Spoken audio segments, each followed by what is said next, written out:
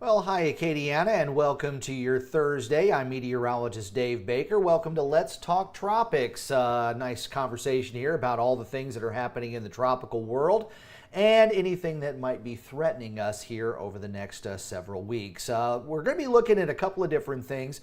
First of all, it's a really not a bad day across Acadiana. We do have a mix of sun and clouds. Temperatures are running around 89 degrees here in Lafayette, and we have seen some rain across our eastern parishes this time around, mainly going over into southeastern portions of Louisiana. Just to bring up a couple of the different radars, you can see that we've got some decent rains there that are continuing to stretch and push off toward the west, still kind of working their way around this big area of low pressure that we've seen, which was Tropical Storm Alberto. Local radar just showing those echoes that are still kind of moving in. The Houston radar, you can kind of get that idea of where all this moisture is moving, and you get all the way down to Brownsville and you can really see where some of that heavy rain from what's left of Tropical Storm, what's now Tropical Depression Alberto, remains out there. So locally we'll probably see a couple of isolated showers out there, but I don't think we're going to see a whole lot of action. 40% on the rain chance today. So let's go ahead and get started with what is now Tropical Depression Alberto. Currently moved inland and is racing its way across Mexico, and that low pressure area might actually emerge out over the Pacific Ocean by the time we reach Friday. The latest position, 22.3 north. You can see it there on your left, 99.4 west, and winds are down to 35 miles per hour. Pressure down to 999, and all of the tropical storm watches and warnings have been discontinued.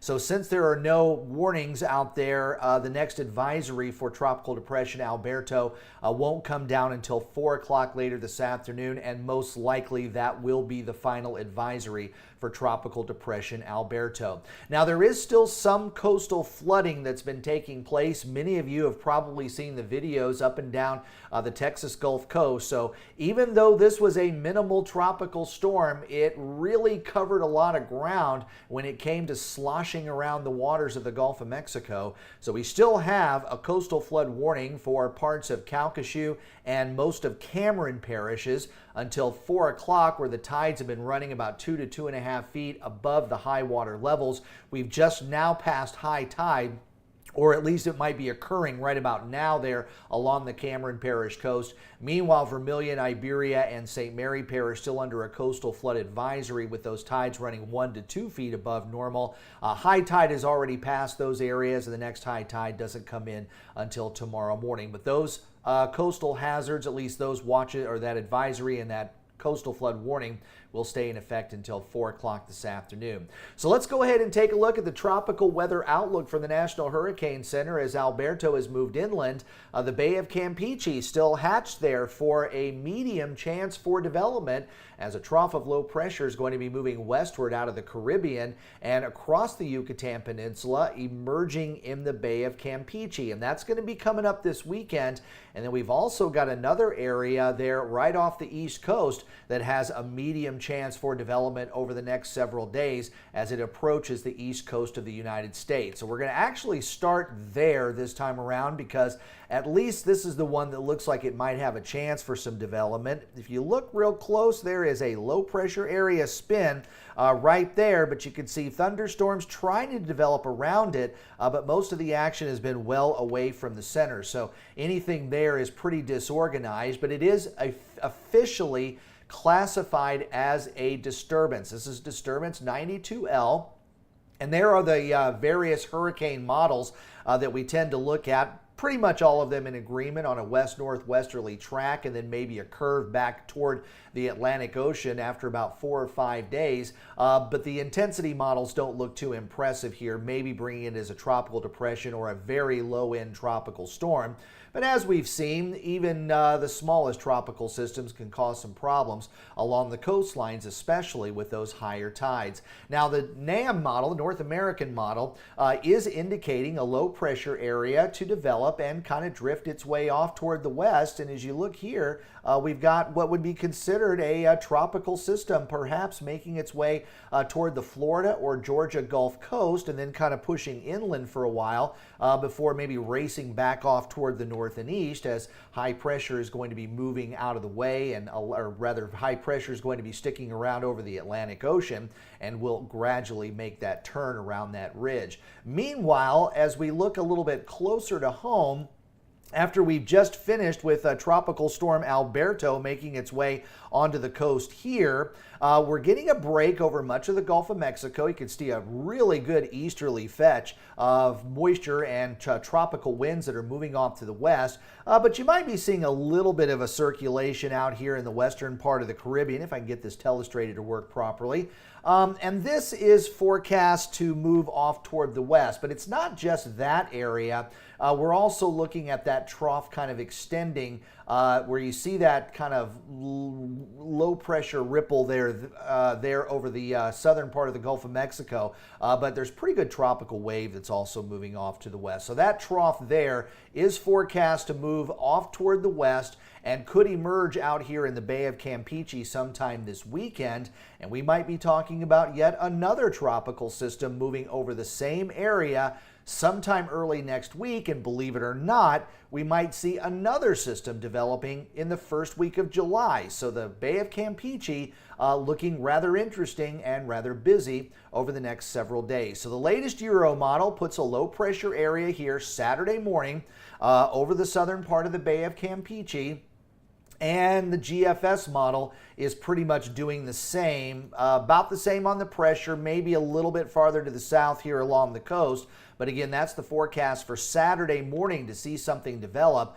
Most of the models do indicate a west-northwesterly movement, so areas that were affected directly by Tropical Storm Alberto may be looking at another tropical system coming in about a week down the road. So after today, we may be seeing another one coming in sometime for the middle part of next week. Do we think that there's going to be anything too strong? Well, really, no, because the wind shear is quite strong here on the western side of what possibly could be developing, but it's going to be in a decent environment here across the western part or the eastern part of Central America before it ridges its way over into the Bay of Campeche. And we might see these winds kind of tapering off there as it gets a little bit closer to land. So I wouldn't expect anything stronger than a low-end tropical storm. If the system that's off the East Coast doesn't get the name Beryl, it looks like this one would, and I think the next name on the list is Chris after that. Water temperatures, though, are pretty conducive for development, which is why we get a little anxious about anything trying to develop over the Bay of Campeche. Some of the waters out here are above 31 degrees Celsius, so you're getting 87, 88, 89 degree waters. The entire Gulf, the entire Caribbean, and even this area here over the western Atlantic is conducive for tropical development. The magic number on the Celsius scale is 27. That's when you get up to 80 degrees Fahrenheit. So virtually everywhere in the development zones of the Atlantic could support a tropical system just based on water temperature itself. There's also a lot of tropical cyclone heat potential. This is the measure of the waters that are 80 degrees going down deep, and the deeper those 80 degree waters are, the more heat potential you have. And the Caribbean going into the southern part of the Gulf of Mexico, there is very high heat potential right now. So you could get development and it could feed off of that. And really over the western part of the Gulf of Mexico and the Bay of Campeche, cyclone heat potential, not too shabby there. So it could tap into some of those warmer waters as well as those deep warm waters, and could develop into a tropical depression or a tropical storm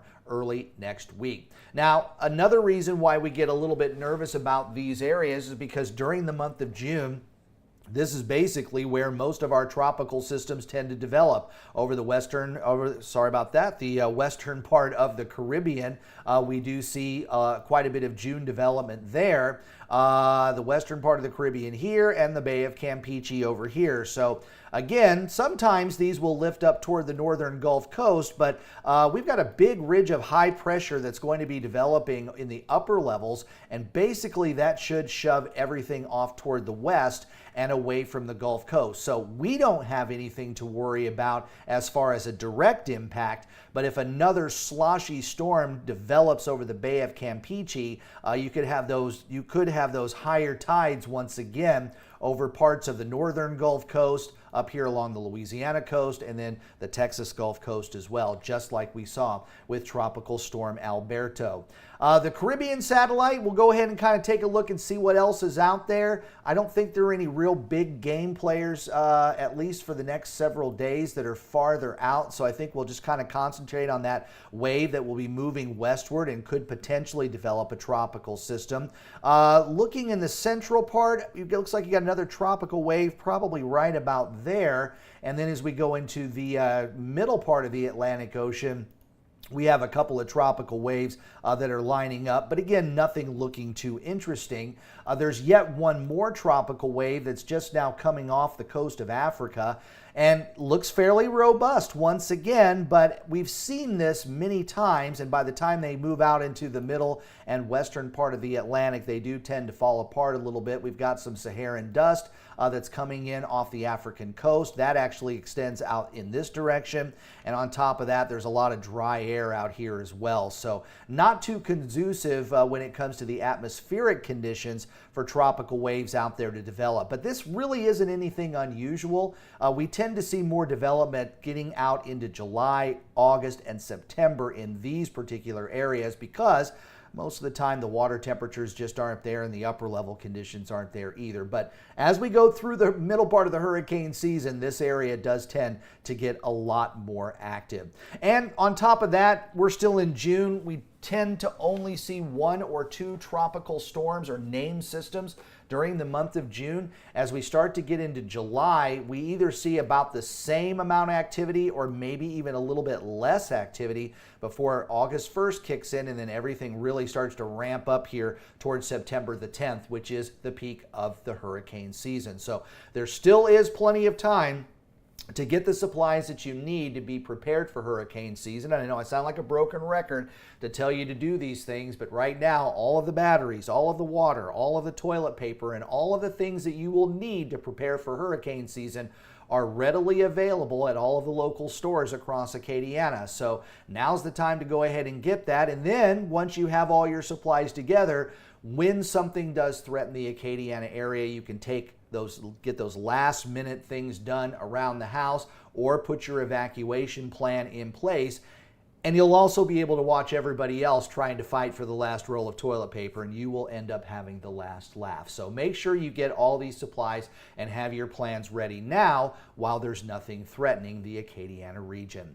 Well, I really hope that you enjoy Let's Talk Tropics, and if you do, please tell a friend and like this video and subscribe to the channel. I'm approaching 2,500 subscribers for the channel, and I would really like to cross that line sometime today. And thanks to everyone who subscribed and also spread the word and all the wonderful comments that you've put on YouTube and Facebook and Twitter about this channel and how excited you are to have some local weather here that is local to Acadiana and also made for Acadiana. I'm Meteorologist Dave Baker. Hope you enjoy the rest of your Thursday. I'll see you tomorrow morning for Acadiana Weather Today, sometime after 7:30, and we'll do Let's Talk Tropics again around midday on Friday, getting us ready for the weekend. Have a great day.